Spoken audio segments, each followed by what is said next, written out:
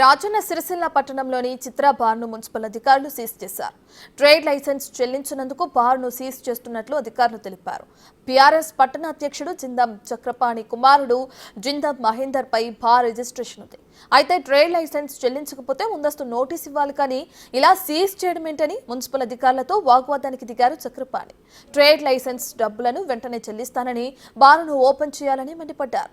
Sircilla municipal council పాలన ముగిసిన 2 రోజులకే చిత్ర బార్ను సీజ్ చేయడం ప్రజలలో చర్చానీయాంశంగా మారింది.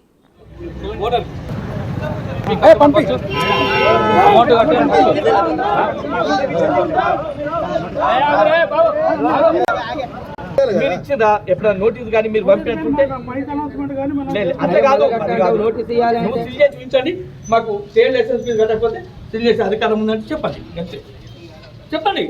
కట్టకపోతే సీల్ చేసే అధికారం వాళ్ళకు ఉంటుంది సార్, ఎవరికి ఆపుకొని వాళ్ళకు.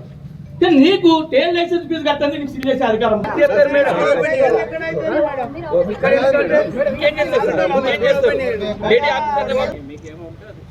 చెప్పండి.